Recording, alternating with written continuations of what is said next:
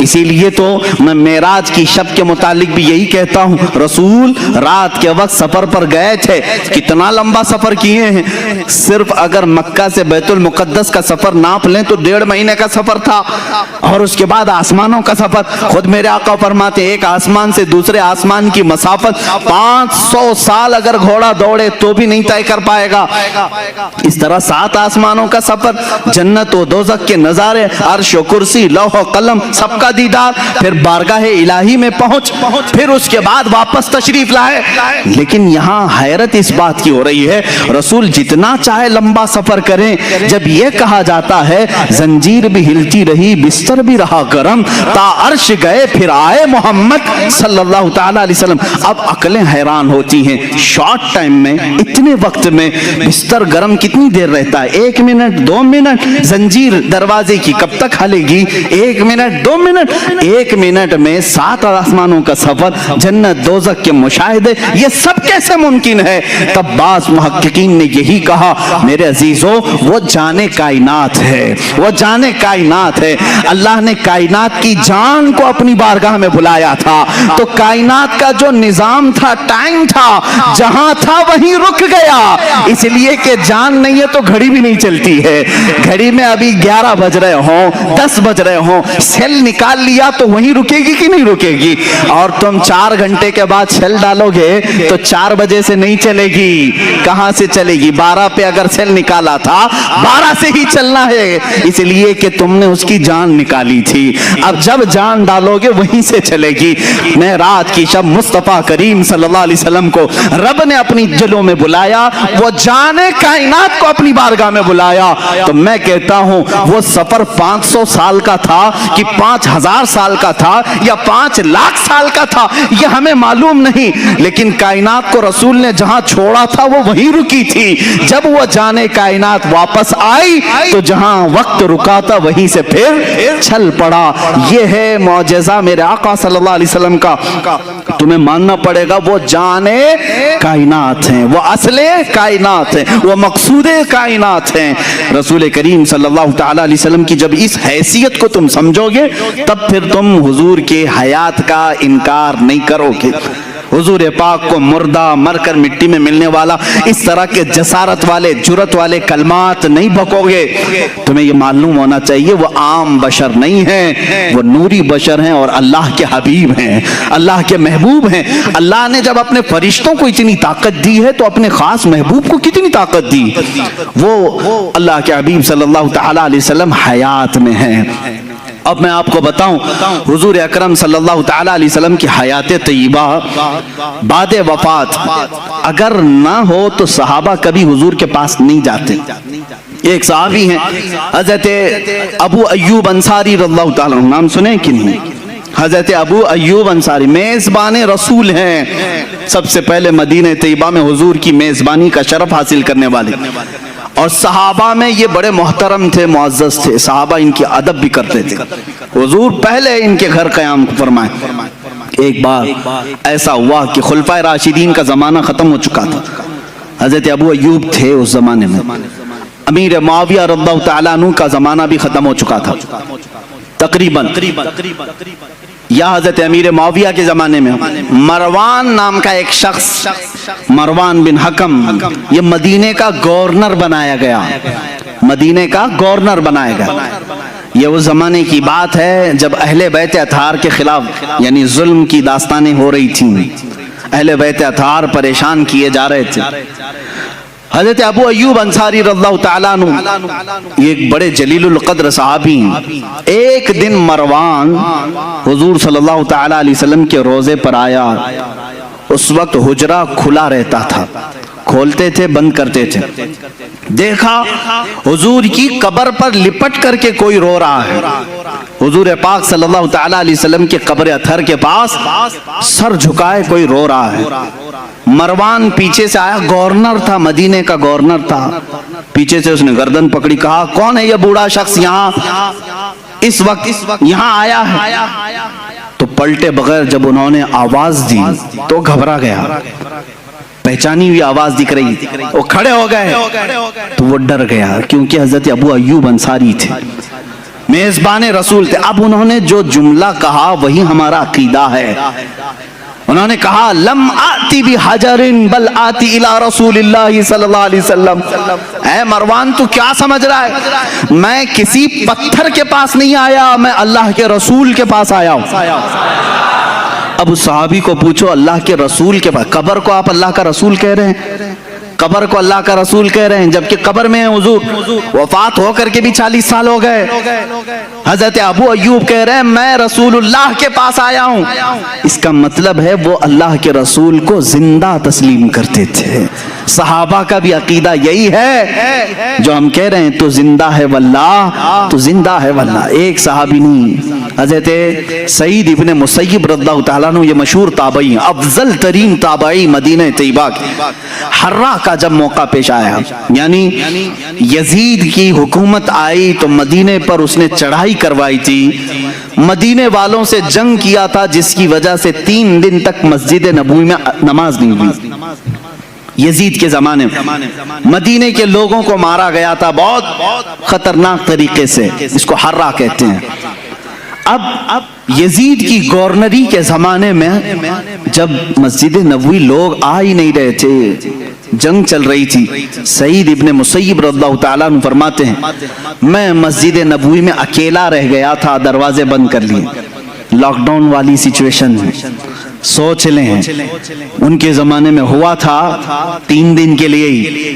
لیکن وہ تابعی کیا کہتے ہیں، جب نہیں ان سے پوچھا گیا، وہ اذان بھی دیتے تھے، اقامت بھی دیتے تھے اور نماز بھی پڑھ لیتے تھے. ٹائم کا پتہ جب چلے، جب باہر نکلے ہیں مسجد کے دروازے بند اور اندر رہتے تھے. وہ تابعی فرماتے ہیں ہر نماز کے وقت جیسے ہی نماز کا وقت آتا قبر رسول سے اذان کی آواز آتی تھی. میں اذان کی آواز سنتا تھا اور اسی آواز پر میں مسجد نبوی میں اقامت بولتا اور نماز پڑھتا تھا. یہ کون کہہ رہا ہے؟ تابعی. اور تم اتنے زمانے کے بعد کہہ رہے ہو وہ مر کر مٹی میں مل گئے. انہوں نے تو قبر رسول سے اذان کی آواز سنی، اذان کی آواز سنی. عزیزان گرامی وقار، 1 2 نہیں کئی مثالیں ہیں اس طرح کی. رسول پاک صلی اللہ تعالیٰ علیہ وسلم کی حیات کے متعلق، وفات کے بعد کی حیات کے متعلق کئی لوگوں نے میرے آقا صلی اللہ تعالیٰ علیہ وسلم کا دیدار بھی کیا، زیارت سے مشرف بھی ہوئے ہیں. حضرت سیدنا احمد کبیر رفاعی رحمۃ اللہ تعالیٰ علیہ، یہ بغداد مقدسہ سے چل کر مدینہ طیبہ حاضری دی. مشہور ہے روایت، رسول کریم صلی اللہ تعالیٰ علیہ وسلم کی بارگاہ میں انہوں نے کیا مانگا تھا معلوم ہے؟ سوال کیا کیا تھا انہوں؟ سیدھے انہوں نے یہی سوال کیا، ہم جائیں تو الگ الگ چیزیں پوچھیں.